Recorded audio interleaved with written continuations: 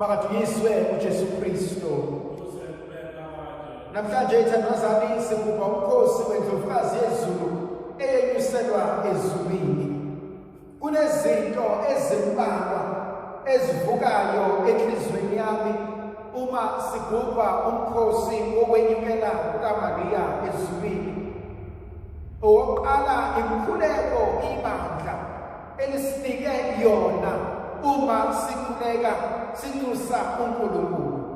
Kuvuka kumina ukuba encwadini kaJohanesi isahluko se-19, John chapter 19, uthi uJesu esefa onqamlezweni ebesebona umama wakhe abone nomngane wakhe bamile ngasesiphambanweni. uJesu uyabona ukuthi umoya wakhe sewuyaphela. Ebese ebuka umama wakhe, inhliziyo yakhe idabuke. Ebese ethi, Johanesi, nangu umama, athi ma, nansi indodana yakho. Kuyavuka mina ukuba uJesu umbuka uma wakhe kube khona lolo valo nokwesaba ukuthi mathiwa ngiyashona manje uzosala nobani, uzosala wenzeni, ubani ozokwenzela izinto obekade wenzelwa zona yimina. uJesu ubuka kudabuka enyameni, ubuka kuxebuka izinto, ubuka kuzohlukana inhloko nesithando. Kodwa uJesu kulolo buhlungu nosizi aluzwayo ucela ukusipha uMariya njengomama wethu.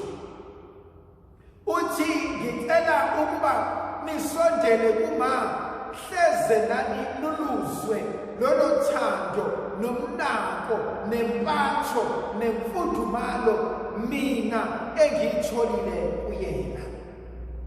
Ngimbona uJesu ebuka umngane wakhe uJohanesi ebese kuyavuka kuyena ukuthi mfowethu sengiyahamba, ngicela ungigadele isakwa sami, kodwa ngicela nawe uma athathise okwendodana yakhe.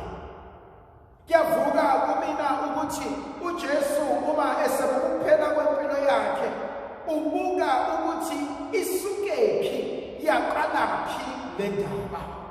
Umbuka uMariya njengomama obekade ewa evuka kanye naye.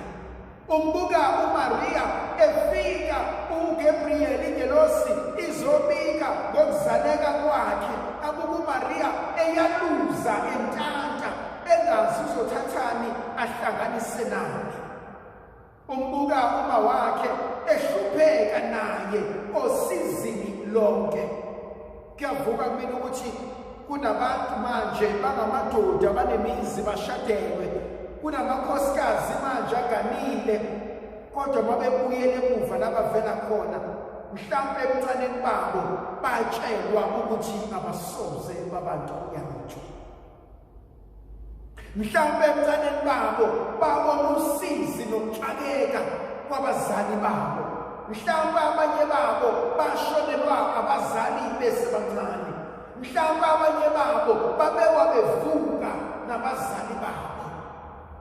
Uma kuthiwa namhlanje bawuthe emhlabeni bathi akwazi ukubonga uNkulunkulu, kodwa ngingacelanga ukuba umama noma ubaba wami abe ingxenye yokubonga kwami uNkulunkulu.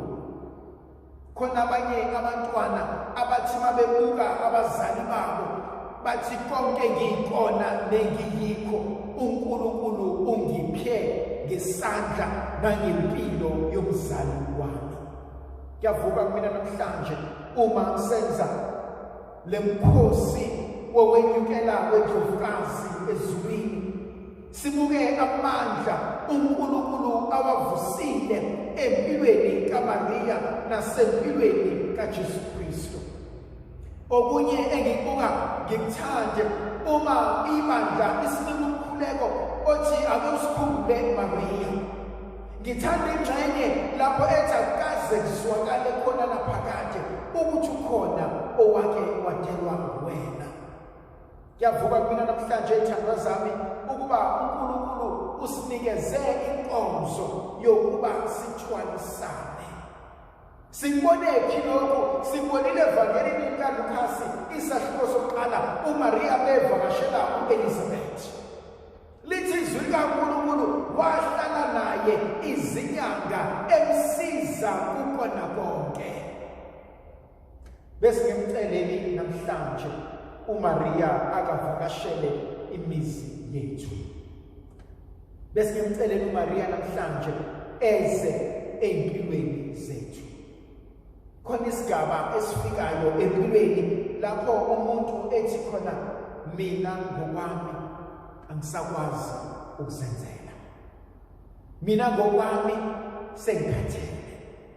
Mina ngokwami sengihlulekile. Kodwa abazi kangcono bathi akaze kuzwakale laphakade ukuthi ukhona owake wadelwa uMaria.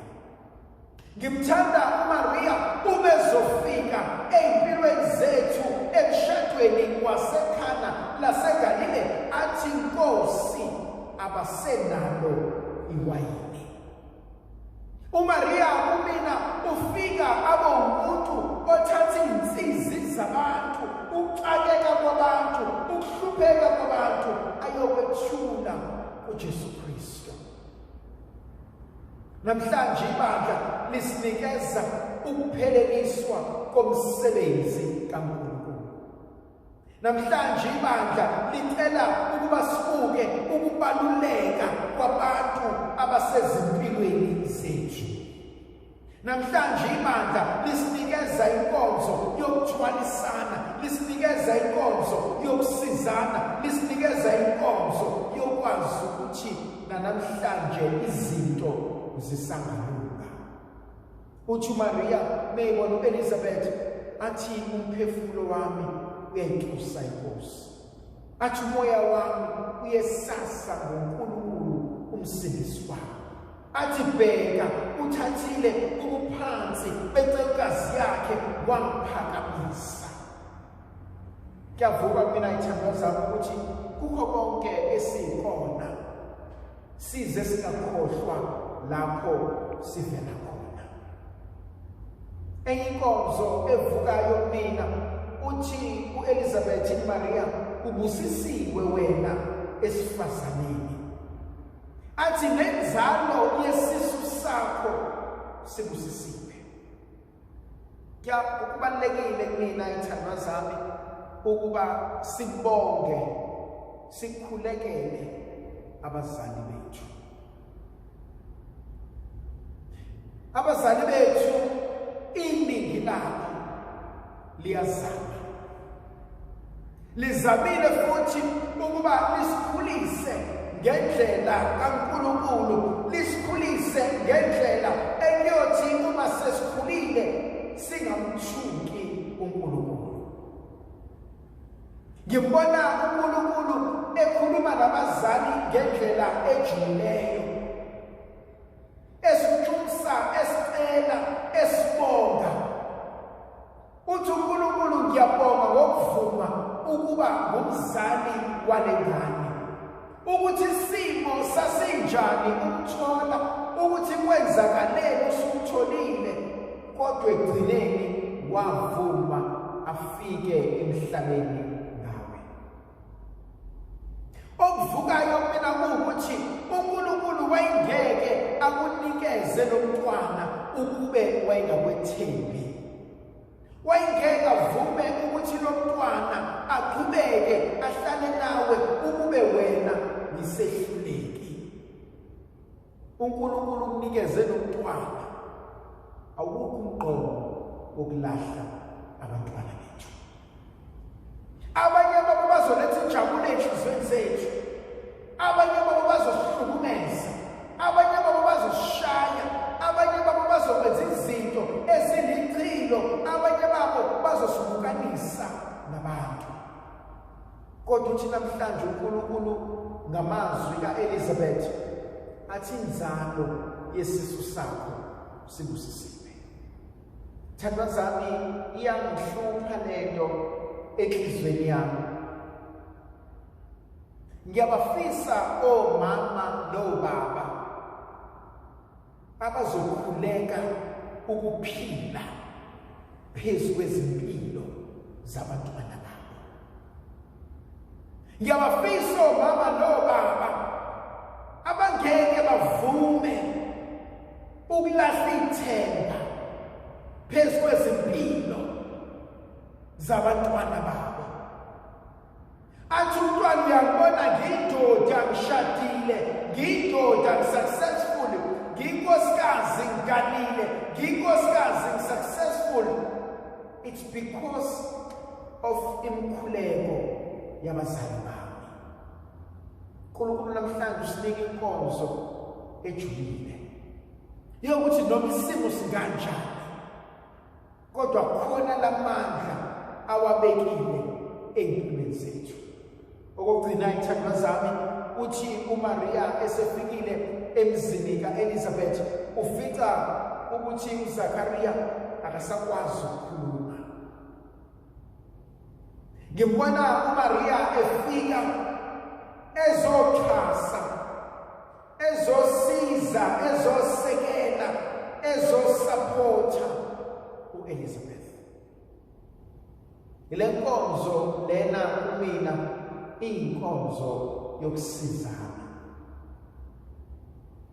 Usizi lwami malingangenzi ngibe umuntu ojikelwa inhliziyo, ngibe umuntu ozicabangela yena uqobo lwakhe kuphela, ngibe umuntu onomona, onenhliziyo.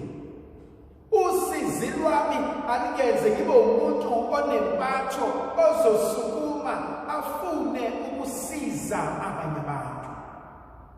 Angibe umuntu ozothi enhlalekeni kwakhe athi yini engayenza ukuze abantu abami babe ngcono kunami, yini engayenza ukuze abanye abantu bakwazi ukusimama bangabuzwa lobuhlungu engibuswayo kumina.